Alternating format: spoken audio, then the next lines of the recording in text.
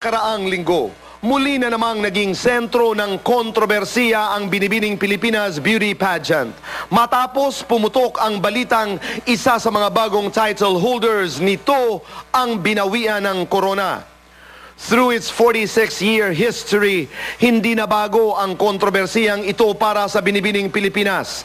Noong nakaraang taon, na-disqualify si Sandra Seifert sa Binibining Pilipinas. Isang araw bago ang coronation night, inalis sa official list of candidates dahil sa pag-post niya sa isang sexy men's magazine. Labag daw ito sa rules and regulations ng Binibining Pilipinas. Makalipas ang ilang buwan, nakoronahan si Sandra bilang Miss Earth Air 2009. Bagamat hindi binawian ng corona, naging kontrobersyal naman ang pagkapanalo ni Maria Isabel Lopez noong 1982. Sexy photos din ang ugat ng kontrobersiya. Nag-post siya bilang lingerie model, isang bagay na kinontra ng mga konserbatibong grupo noon.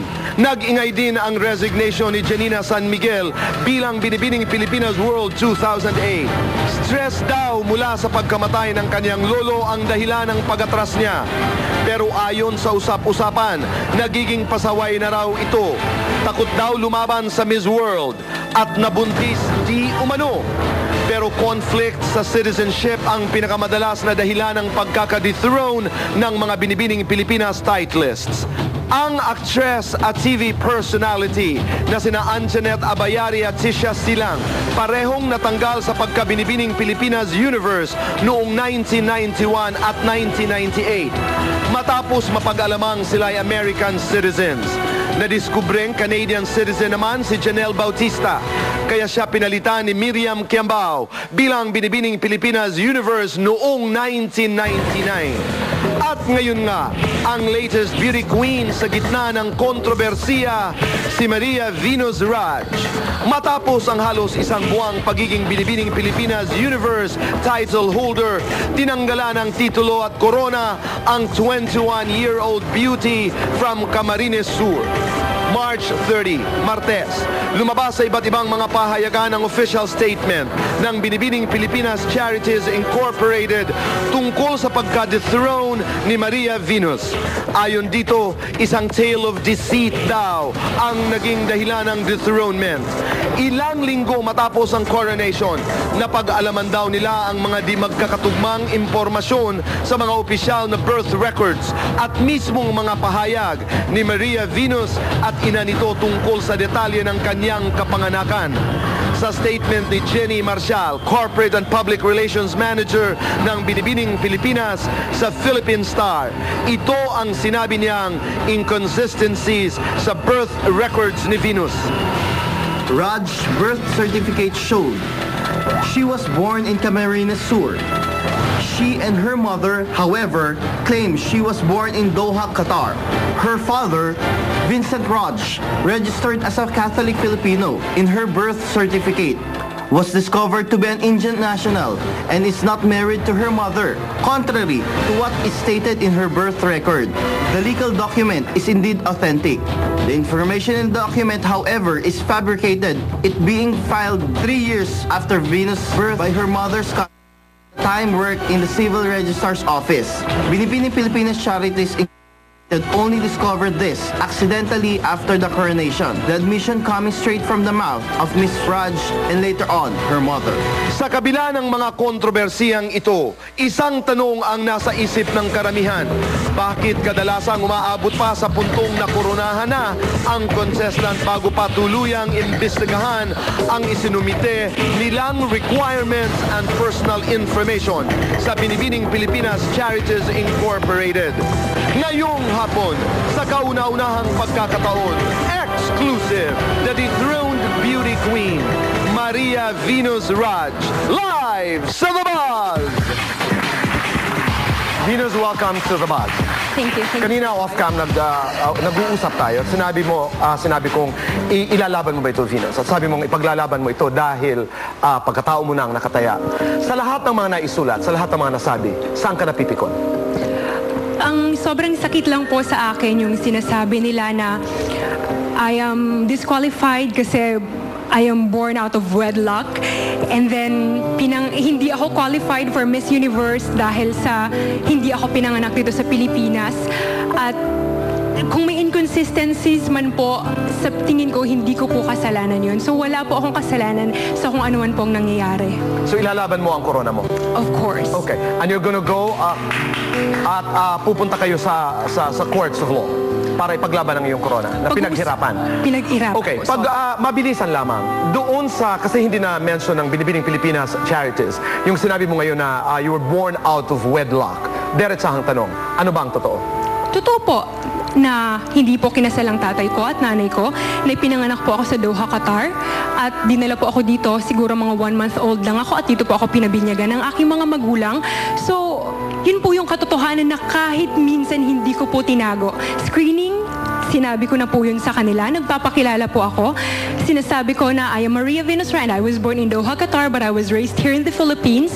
And then, may mga one-on-one interviews. Sinasabi ko rin po to sa isa nga pong interview. Sabi sa akin nung nag-interview, so what's so special about being born abroad? So, para sa akin, wala pong problema at alam ko po from the very beginning, alam po nila to. So bakit ginagawang dahilan ito? Would you know why? Actually, hindi ko rin po So maintindihan doon sa kung bakit. statement ng Binibining Pilipinas na sinasabing sa iyong birth certificate, sa Kamsur ka pinanganak. Yes. At hindi sa Doha, Qatar. So what is the truth? That is one inconsistency. How do you explain that? Ang totoo po talaga, pinanganak po ako sa Doha, Qatar, pero ang nakalagay po sa birth certificate ko is San Vicente Bato, Camarines Sur. Nahawakan ko po ang aking birth certificate siguro mga high school na po ako na mag-apply ako ng scholarship sa Francis Padua Papica Foundation noong ako ay magfa-first year college. So you had nothing to do with the inconsistency? Exactly. Were you aware of this inconsistency from when you joined Binibining Pilipinas na nakalagay doon sa birth certificate mo, Kamsur, samantala sa Doha kay pinanganak? Yes. You were aware of that? Yes, I am aware and I am telling them from the very beginning. Didn't you correct the inconsistency? Sir Boy, kung kayong nasa kalagayan namin, mahirap kaming pamilya. Kung kayo ba ang nanay ko at ang iniisip nyo lang ngayong pampakain sa mga anak nyo, iisipin nyo pa ba na ipaayos itong mga dokumentong ito para maayos hanggang sa pag-join na or kung hindi naman alam namin ng nanay ko na sasali ako ng ganong pageant. So, kung nandun ka sa sitwasyon na yun, hindi mo iisipin na ipaayos yung dokumento. Iisipin mo yung pampakain mo sa mga anak mo. Okay. At hindi mo rin naisip na ito ang magiging dahilan kung bakit ka matatanggal sa Binibining Pilipinas. Exactly. I am hearing for the first time na you were born out of wedlock. Bawal ba sa Binibining Pilipinas rules? I don't know. Wala pong nakalagay sa rules ng Miss Universe or ng kung saan man na kapag ka pinanganak ka out of wedlock or kung ikaw ay hindi. Hindi ka pwede maging beauty queen. Totoo. What about your father? He's an Indian national. Yes, he is. So hindi siya taga rito sa Pilipinas. Hindi According po. to your birth certificate, ay Catholic of Indian or ang iyong ama. Ang totoo po, ang tita ko po yung nagpa-register sa akin nung bata ako kasi 3 days after your birth? 3 years. 3 years after your birth. Opo, Okay. ang nanay ko nahihiya siya ng mga panahong yun na lumabas at magpa-register sa akin kasi chinichismisan siya ng mga tao na nasa paligid niya. So ang tita ko yung nagpa-register sa akin and hindi alam ng nanay ko na yun yung mga information na sinabi ng tita ko. Kung mayroon man pong Okay. pagkakamali, hindi kasalanan ng nanay ko at hindi ko rin po kasalanan. Naiintindihan kita, my father was born out of wedlock. At alam ko ang pinagdadaanan ng mga taong anak sa labas, sa probinsya. Ang tawag sa kanila, forgive me mga kaibigan, ay anak sa pagkabastardo. So alam ko ang ibig sabihin noon. So right now, given where you are, ano ang magagawin mo? Galit ka ba sa Binibining Pilipinas? Hindi po ako nagagalit sa kanila. Ang akin lang po, sana linawin lang nila kung ano po yung reason nila sa pag-dethrone sa akin. Kasi hindi po malinaw at alam ko po na wala po alam ko na nakapasa ako sa kung ano mo ng qualification na meron sila. At siguro from the very beginning, sana sinabi nila sa akin para hindi na po ako umasa. So doon sa sinasabi nilang inconsistency sa iyong birth certificate, bilang dahilan ng pagka-dethrone mo, hindi mo tanggap yon. Hindi po. Dahil ang pakiramdam mo ay sinabi mo ang lahat ng ito. Totoo po, hindi ako nagtago sa kanila, hindi ako nagsinungaling sa kanila. From the very beginning, may mga videos na magpapatunay na sinasabi ko to noon pa lang.